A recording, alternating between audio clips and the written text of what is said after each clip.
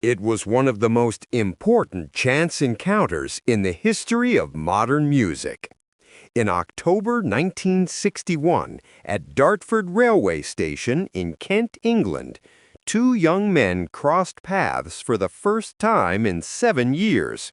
One was Michael Philip Jagger, the other Keith Richards.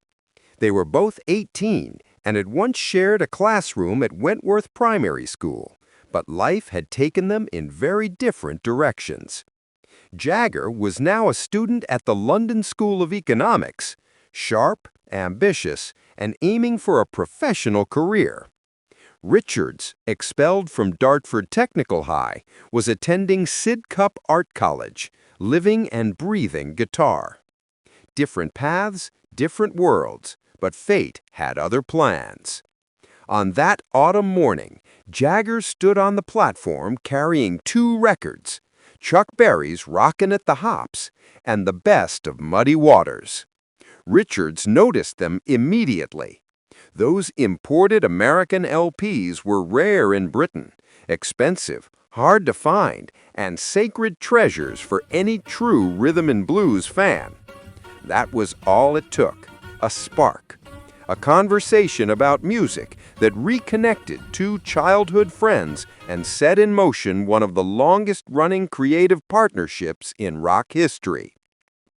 They began playing together again, forming a small group called Little Boy Blue and the Blue Boys. Jagger sang, Richards played guitar, and Dick Taylor joined on bass. They covered the American blues songs they loved, raw, urgent, and electric. But soon, local gigs weren't enough.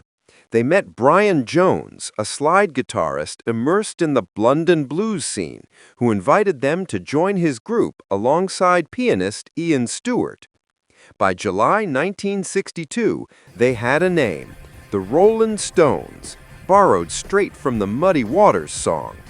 Their first gig was chaotic, their lineup unstable, but the sound was undeniable, gritty, authentic, and loud. Then came Andrew Loog Oldham, the young manager who would shape their destiny. He saw market potential where others saw scruffy blues purists. He pushed for image, for danger, for youth appeal.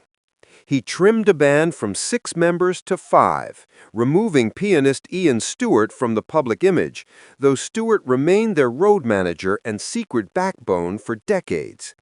He even shortened Keith's last name to Richard, believing it sounded more pop. Oldham also forced a creative breakthrough.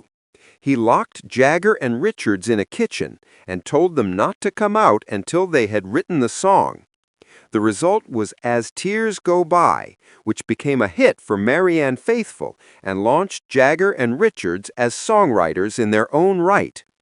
From then on, the pair evolved from interpreters of American blues to creators of their own mythology.